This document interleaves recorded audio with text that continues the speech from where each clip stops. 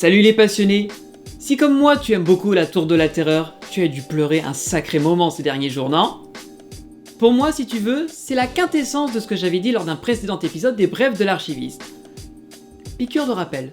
Est-ce que dans 15 ans, est-ce que dans 20 ans, l'attraction Iron Man sera aussi populaire? Difficile à dire. Mais dans 10 ans, Disney passera peut-être à autre chose. Et à ce moment-là, est-ce que les gens se rappelleront encore de Cars Land? Ou tout du moins, l'attraction sera-t-elle aussi populaire? Je te pose la question. Pour moi, c'est la quintessence même de l'attraction qui avait trouvé son public, qui a été clonée un peu partout dans les autres parcs, mais non. Ça, c'est pas assez populaire comme ça, non, il faut aussi y mettre du Gardien de la Galaxie. J'ai rien contre les Gardiens de la Galaxie, j'ai même été voir le premier film au cinéma et j'ai passé un super moment. Sauf que c'est comme si on transformait un magnifique gâteau à la chantilly et qu'on lui foutait des coups de poing dans la gueule comme ça. C'est pas possible. Tu sais, le pire dans cette histoire, c'est que je suis un grand fan de la Tour de la Terreur. Mais avant de connaître dans les détails l'histoire, avec les détails, les petites références partout, je connaissais pas plus que ça la 4ème dimension. C'est parce que je me suis intéressé à la Tour de la Terreur que je me suis intéressé à la série La 4ème dimension.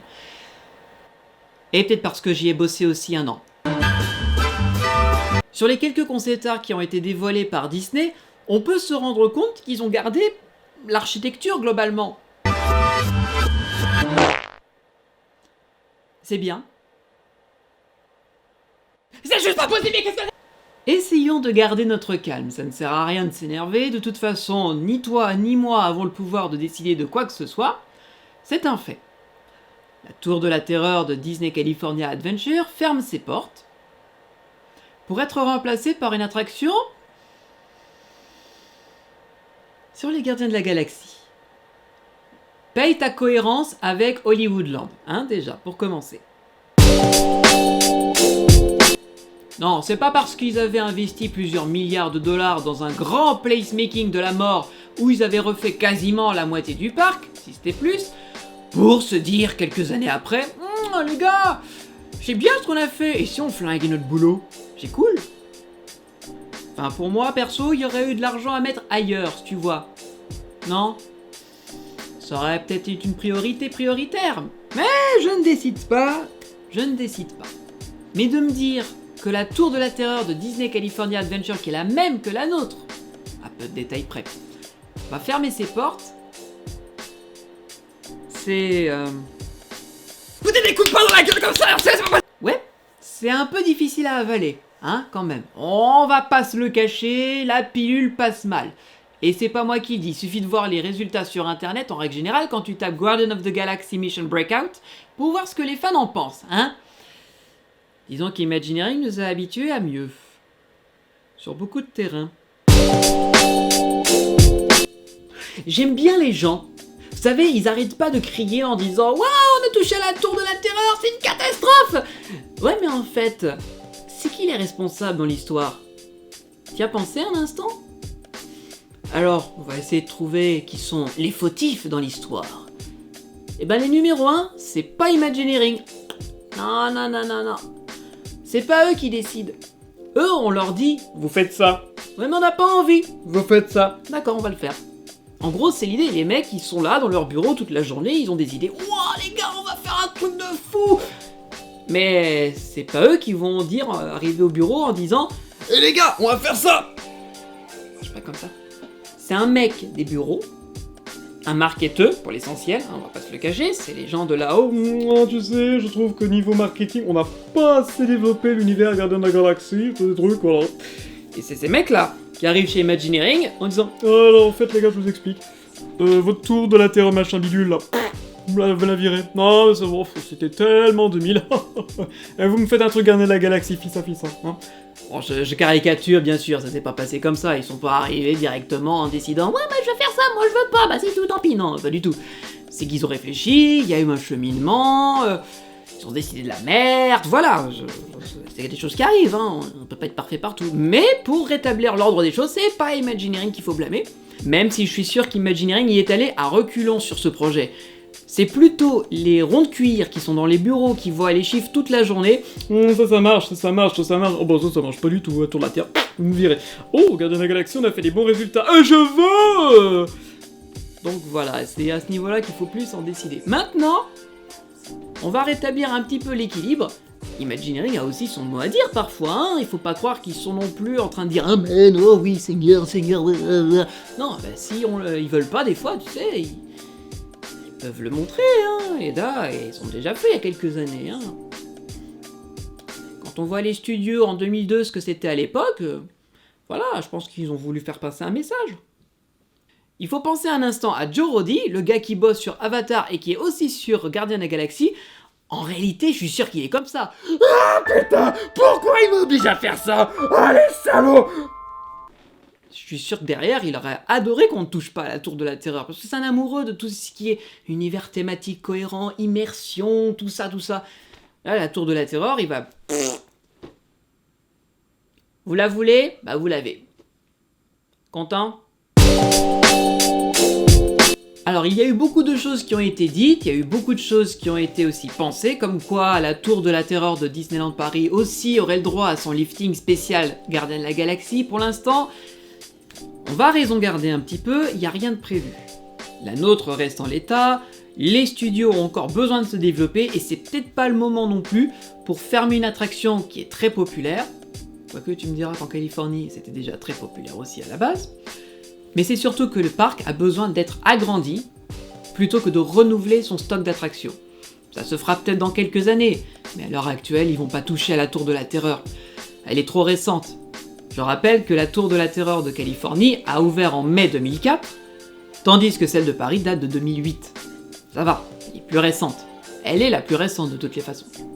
Il y a aussi une rumeur, ça m'avait fait un peu marrer sur le coup, de remplacer la Tour de la Terreur de Floride, l'original, la première, la number one, The Tower of Terror, par un truc similaire, Gardien de la Galaxie, truc machin. Non, pour le moment ils touchent pas. Non mais rends-toi compte, un instant, les Hollywood Studios, à l'heure actuelle, il n'y a plus rien, enfin je veux dire, il n'y a pas grand chose à faire. Si en plus tu fermes la Tour de la Terreur, non mais c'est même plus un parc là, c'est juste un land, il n'y a plus grand chose à faire. Je te rappelle que le fond du parc n'existe plus, ils ont tout rasé, ils sont en train de tout refaire. Et la majorité des attractions sont soit en train de se faire un lifting, soit sont pas récentes. Justement, la Tour de la Terreur, bah, c'est un peu l'une des attractions phares, c'est une des icônes du parc, donc ce serait un petit peu dommage de la fermer en plein dans la phase de travaux du parc. Donc non. On va éviter non plus de partir dans toutes les rumeurs. Ils touchent pas à celle de Floride, ils touchent que à celle de Californie. Voilà. Il faut aussi se dire que ce projet de Tour de la Terreur de Californie, c'est qu'une première phase. C'est pas une fin en soi. C'est qu'ils vont refaire une partie du parc. Encore. À croire qu'ils s'amusent à refaire le parc tous les ans, hein? Paris aurait besoin d'aide, les gars. Pensez à nous. D'avance, merci.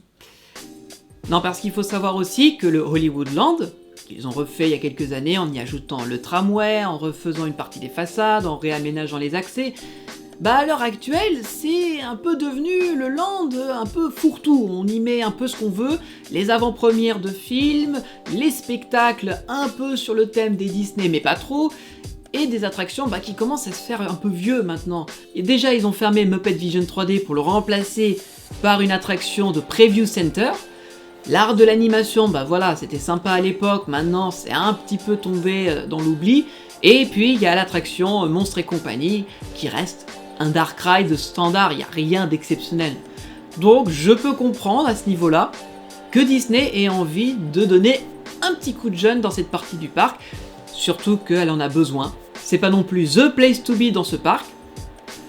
Maintenant, il touche à une icône. C'est sûr, ça fait mal, c'est sûr, notre petit cœur de passionné est un petit peu brisé en nous, on se dit pourquoi Faut jamais oublier une chose, c'est que Disney, c'est pas un musée, c'est pas un endroit qui reste fixe dans le temps. Et Disneyland en Californie, ça fait plus de 65 ans que ça évolue. Il n'y a pas grand chose qui reste du parc de 1955, à part 2-3 exceptions notables, et encore, entre celles de 1955 et celles d'aujourd'hui, elles n'ont plus rien à voir parce qu'elles ont changé.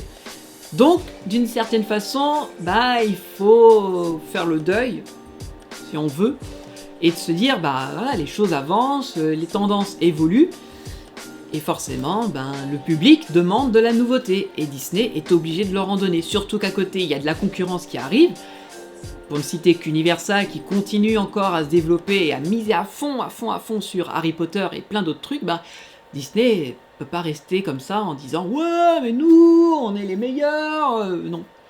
À un moment donné, Disney risque de sentir le coup passer. Mais qu'est-ce qu'il faut en retenir de toute cette histoire? Parce que finalement, voilà, on va avoir une nouvelle attraction, si on peut appeler ça une nouvelle attraction, mais c'est surtout de se dire, Disney mise encore énormément sur les licences. Et il suffit de voir les prochains développements dans les prochains parcs, c'est que ça. Du Toy Story Land, du Avatar, du Iron Man, du Star Wars, et Dieu sait qu'il va y en avoir du Star Wars, et bien sûr du Marvel. Et encore, je m'étonne que jusqu'à présent, Marvel était très peu représenté dans les parcs. Très peu. Alors que d'un côté, un Star Wars Land massif, énorme, avec genre the grosse attraction de l'année va arriver, et même Toy Story Land qui va arriver aussi à Disney California Adventure dans quelques années, et en ce moment en travaux à Disney Hollywood Studios en Floride, c'est quand même des gros machins. Et là tu te dis, ouais, mais Marvel, mine de rien, il n'y avait pas grand chose. Et ils auraient dû faire peut-être autre chose que ça. Bref. Je me sens légèrement désappointé. Légèrement. Je suis un petit peu... comment dire... désappointé. Alors ça soulève évidemment cette question. Est-ce que trop de licences finira par tuer Disney? Oui, parce qu'après tout maintenant, à l'heure actuelle, si on regarde les choses, il n'y a que de la licence qui va arriver sur les parcs, il n'y a plus de création originale. La dernière en date, à part si je parle de Shanghai Disneyland, c'était Mystic Manor à Hong Kong Disneyland, voilà, qui était basé sur aucune licence, qui prenait une technologie nouvelle et qui te proposait une attraction assez originale. Voilà, c'est quelque chose qui a tendance à disparaître, faut pas se le cacher. Le public, il veut se reconnaître dans quelque chose qu'il a déjà vu, que ce soit au ciné, à la télé ou ailleurs, et le meilleur endroit pour lui faire vivre cette expérience, c'est dans des parcs d'attractions. Pas pour rien d'ailleurs que beaucoup de parcs essayent de miser petit à petit sur des licences ou de développer des univers qui se rapprochent de licences. Par exemple, je prends Arthur et les Minimoys qui s'est développé il y a quelques années, que ce soit au Futuroscope et récemment à Europa Park. Même si on est d'accord, Europa Park et le Futuroscope continuent à développer des attractions originales. Mais je divague. Donc, qu'est-ce que je pourrais dire en bref ? Je suis comme vous, je suis comme tout le monde, j'ai appris la nouvelle, j'ai un peu fait la tronche devant mon ordinateur, je voulais pas qu'on touche à la tour de la terreur, je voulais bien qu'on vire ça ou ça, mais non. Disney a choisi de raser ça. Donc, pour résumer et pour finir, je te dirai simplement, c'est la vie.